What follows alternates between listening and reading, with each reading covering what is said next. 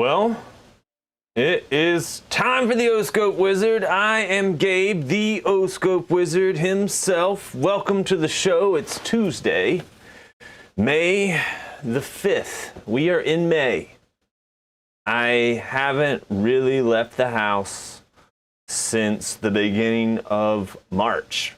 So it's been a while of inside here. Thought about driving an Amazon package to the UPS drop box. Not to go inside anywhere, but just maybe so my car's tires stay round. I am worried that my car's tires are going to become square on one side. And as far as I know, tires don't work that well when they're not round. I was playing this game before the show started, Would You Rather. It is the card game that I play in the chat, usually before the show starts. And this one right here, this one. Would you rather be alone for the rest of your life or always surrounded by annoying people? This one right here, this one's a thinker. This one's tough. Hey, Mom, welcome to the show. Thanks for joining. I appreciate it. Would you rather be alone for the rest of your life or surrounded by annoying people? Wow.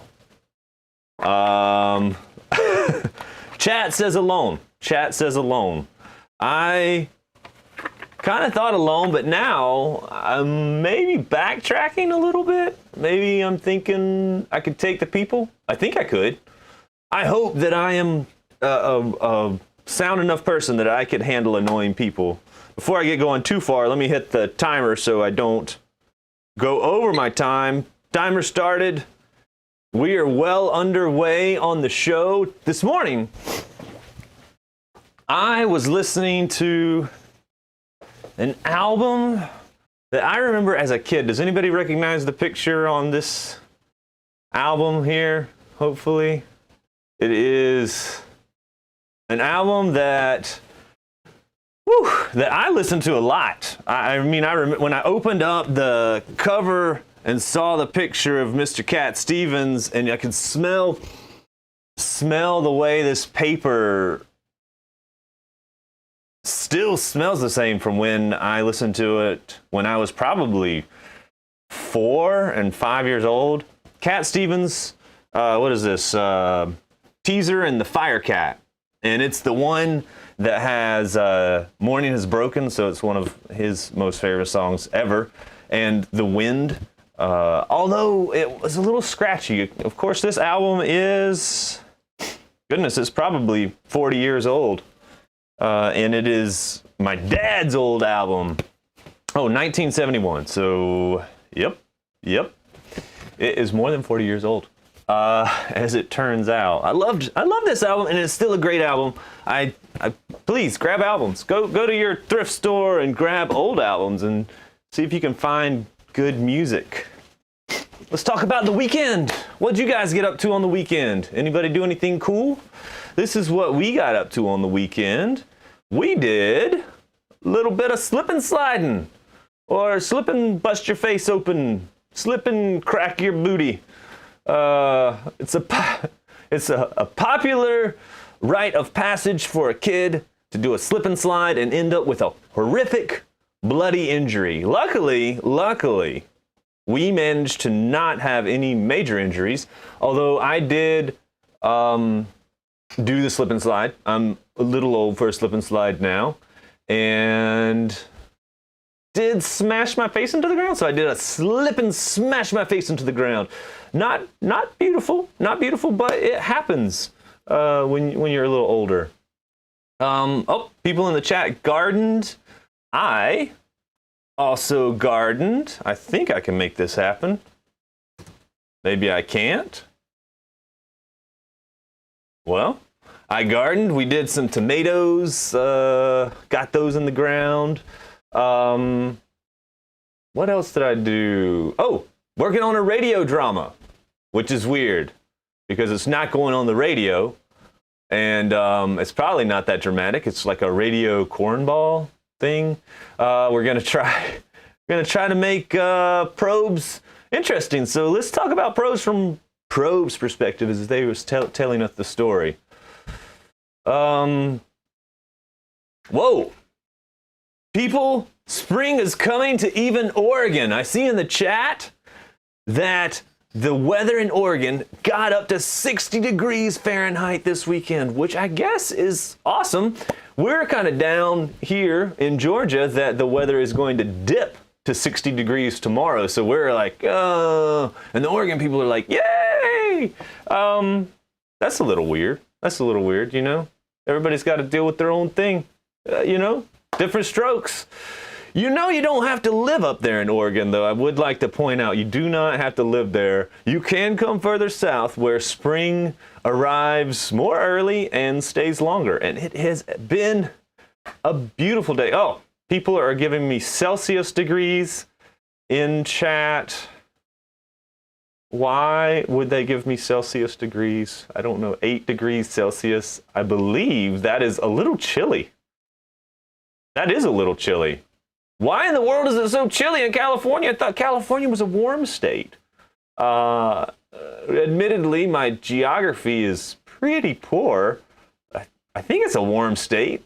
I suppose you need to move away from 8 degrees. Come up to where it is 80 degrees and sunny and slightly breezy, which is where everybody should live if they can.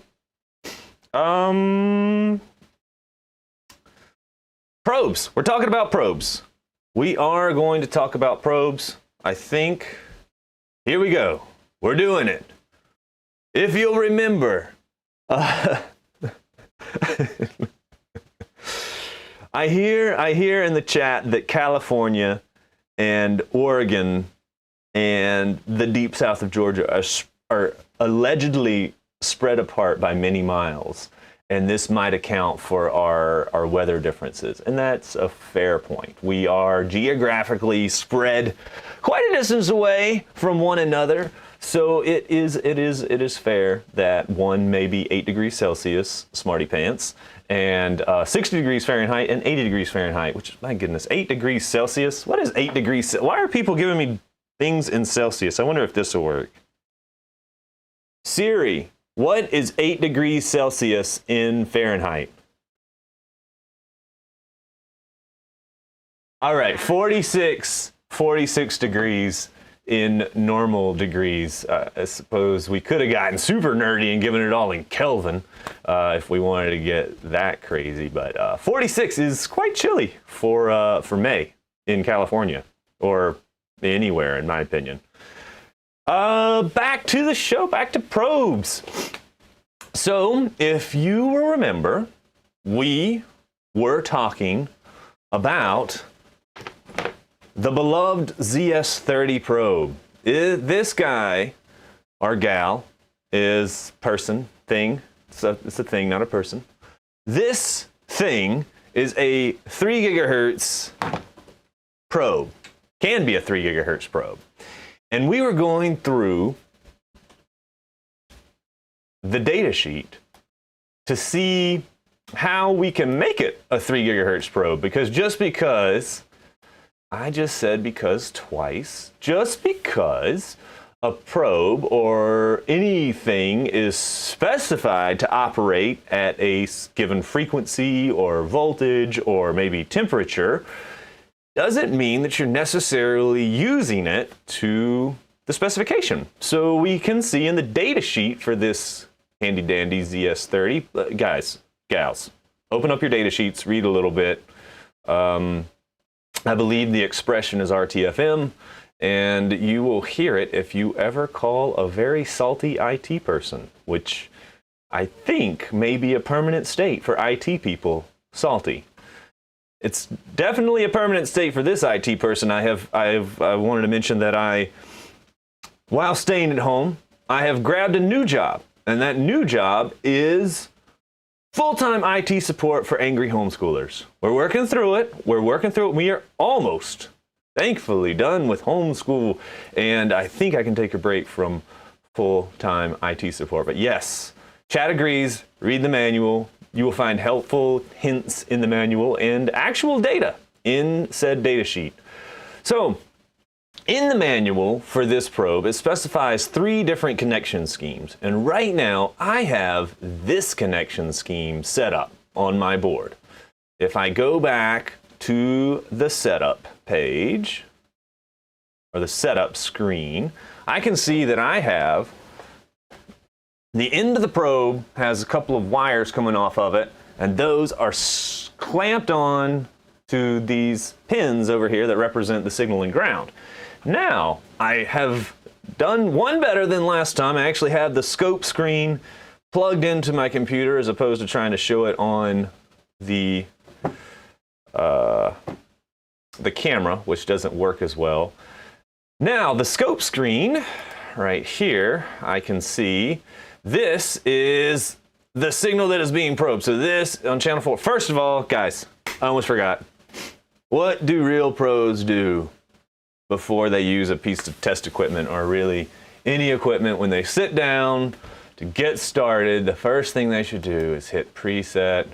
Hit preset, because I don't know what the last guy was. I do actually know what the last guy was doing, because there has not been anybody else messing with these oscilloscopes for over a month. It is all me. So if it is broken, it is my fault, and I can't blame anyone. And I sometimes wish I could. A lot of times I wish I could, but I have to look at myself in the eye and realize that it is my fault. So after I preset, I'm going to load a setup. So this is the settings file that I saved from last week so that we could easily get started. And for some reason, it is gone. Where am I? Oh, you know what? You know what I should probably do? I should probably set up my pulse source to be on. There we go. Don't panic. Grab, what did they say in Hitchhiker's Guide to the Galaxy? Don't panic. Grab a towel, something like that. Somebody can correct me if I'm wrong. I am getting some wild noise on my probe. That is not unforeseen. One of the problems with using long cables with probes is these long cables are like little antennas. You can see as I move the cable, you can see it's bouncing up and down. Those things pick up noise everywhere, and I am using a wireless microphone now. So I have upgraded the setup so I can walk around the lab a little bit in the techno layer, and I have a wireless microphone, and that guy is transmitting. What is he transmitting at? 570 megahertz. I wonder if we're right here, we're looking at this, we have a ton of noise. What if I did an FFT of my channel 4, and I looked at a center frequency of 570 megahertz. Whoop, there you go, my microphone. You can see my microphone. My microphone is being picked up by the ground leads of my probe. That is not only bananas, but in general, that would be bad if this was the real world and you were trying to keep noise out of your system, and those little wires are actively sucking noise into your system and stealing bandwidth from your system. So I'm going to delete that. Let's delete that guy. We don't actually need it. We just wanted to look at it really quickly. So I'm going to take one shot of this capture, and I want to save a reference waveform. So let's go in here and set up channel 4.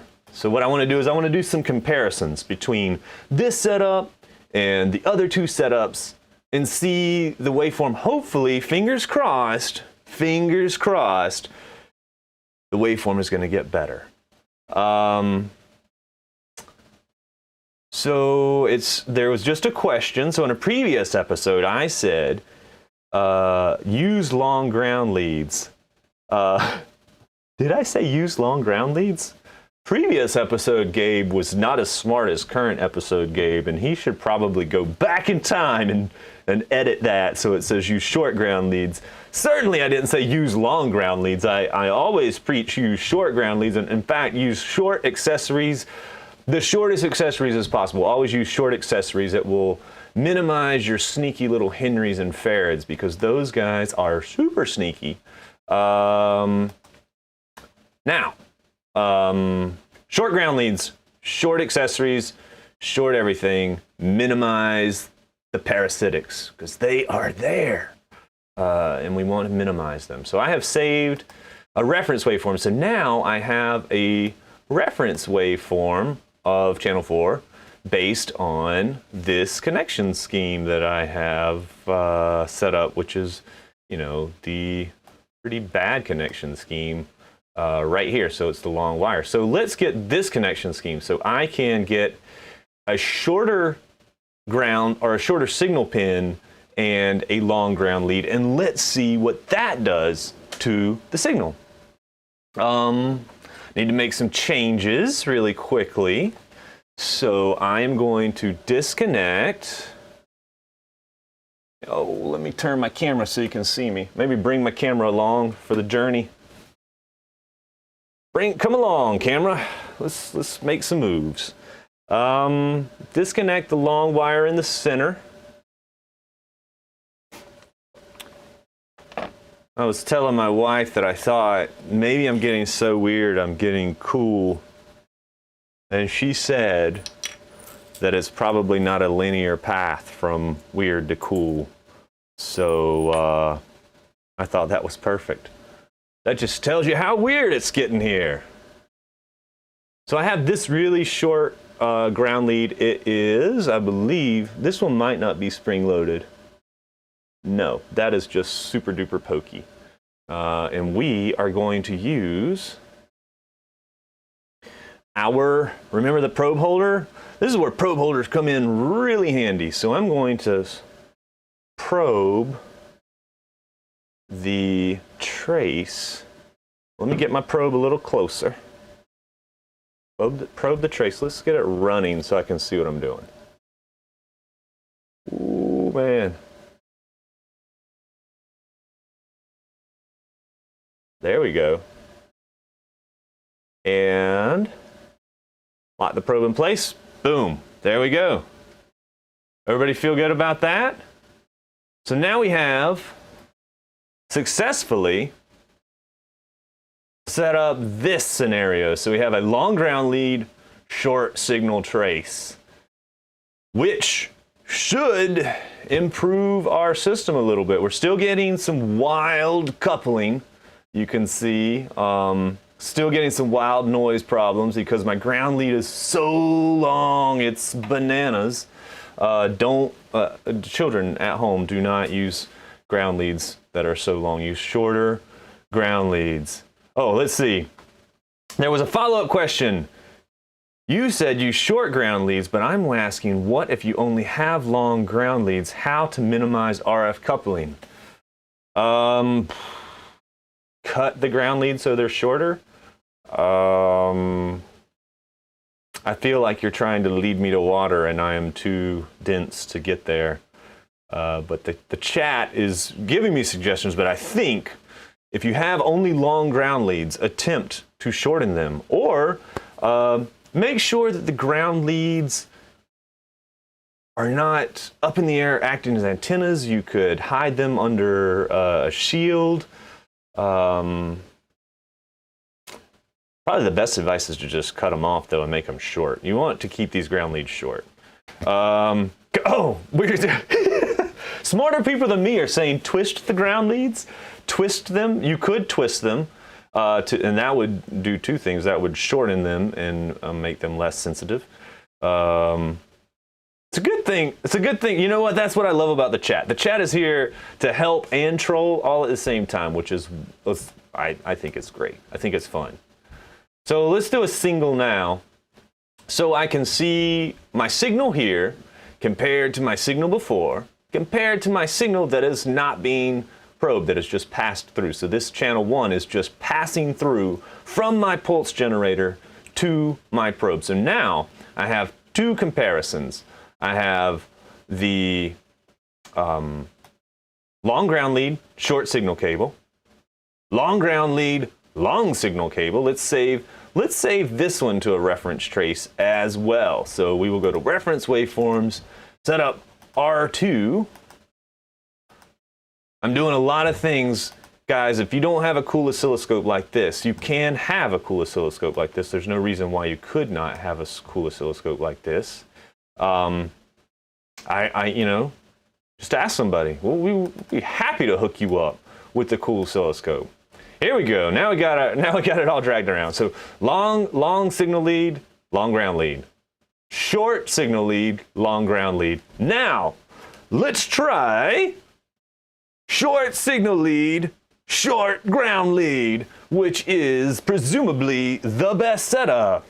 If I go back to my setup, I'm going to pop off this huge long ground lead. So ground clip, stand down ground clip. You're good. Your work here is through. I appreciate what you've done for us. You did in fact connect to ground. I feel like long ground lead is your super helpful uncle who'll never go home. You're like, thanks for coming to help move me, Uncle Terry, but you've been here for 4 weeks, so you can probably go. I really appreciate the help though, but yeah, you're good. So now I have short signal and short ground, which is pretty cool. I should probably get a better background, but there you go. Short signal, short ground. Now, let's crank this back up and make a connection. Still having the, I mean, seriously, having this probe holder is magical. I'm still not sure why everybody doesn't purchase probe holders, but they should. Oh. Also, having steady hands would be magical. I could never be a surgeon. Holy moly, scared me to death. Guys. 5 minutes left! 5 minutes left. 5 minutes left. Let's get back to it so we can knock this out and we can be done with the ZS330, because I am good on ZS30. So let's turn this on. Still getting some wild noise pickup here, even from that ground lead. It really is. So if let's do the FFT again. FFT, channel 4. What am I getting here? That looks like some 2.4 gigahertz noise if I had to guess. Yeah. Yes. So I'm getting 2.4 gigahertz. You know what we have? We have markers. I just have to remember how to turn them on without cursors. Let's turn them on. Let's turn it on the math. Just need this one. Let's enable those things. Let's see where our problems are. There we go.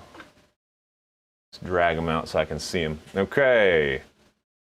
Let's see. I got a problem at 2.4 gigahertz. Let's move this guy around. Problem at 1.7 and 570. 570! My mic is loud. Metaphorically speaking. It's probably loud actually speaking as well. I had to turn it down a little bit this week because I thought it was a hot mic. Hot mic! Hot mic! But if I do a single, boom! You'll notice also that on channel 1, I do not get nearly as much noise, and that is because it is a shielded cable with a shielded conductor, and any noise that comes in is going to be on that little board, which is pretty cool. So here is the most ideal connection with accessories, but I can do you one better because I have kind of a fancy board here. So in the last 2 minutes, let me save this waveform to another reference trace. Hold on. I just realized I still have some FFT stuff going on that I'll turn off. Update. Okay, ref 3. Let me turn off this guy for a second. Get ref 3 over here.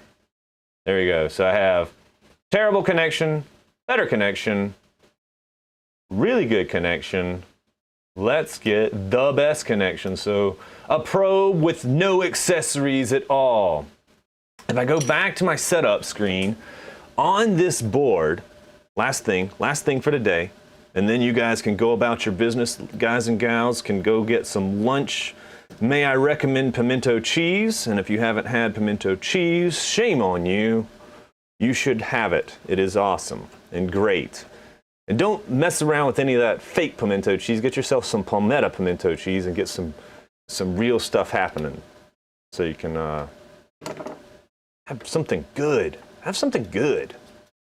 So on this board is the handiest test fixture ever. It actually has a lower ground signal pin than ground pin so that I can just plug my probe directly into it and totally cheat. So let's see what the probe looks like with no accessories at all. What is the most ideal signal coming out of this 3 gigahertz probe? I am curious. I haven't tried this. I saved it to do on camera because you should always try things the first time in front of people. Anybody who has done demonstrations for 15 years knows that mantra. Never practice. Palmetto pimento cheese. I don't know why I'm trying to speak like I'm not from the South. Palmetto pimento cheese. Get yourself some palmetto pimento cheese and your life will be better than it is today. However good your life is today, it'll be slightly better. Just slightly better. Okay, so I'm going to plug this in. Boom. There you go. That's how good a probe, that's what you're going for. That's the ideal probe connection. No signals, no accessories are getting in the way. I'm still getting my 570 megahertz bleed through. Probably you guys aren't seeing it. Here we go. No accessories at all. If I compare that to the first reference, I mean, night and day difference. Let's get that out of the way. Second reference, definitely better, definitely better. Third reference, this is pretty close, but I do have quite a bit of noise if I do a single here.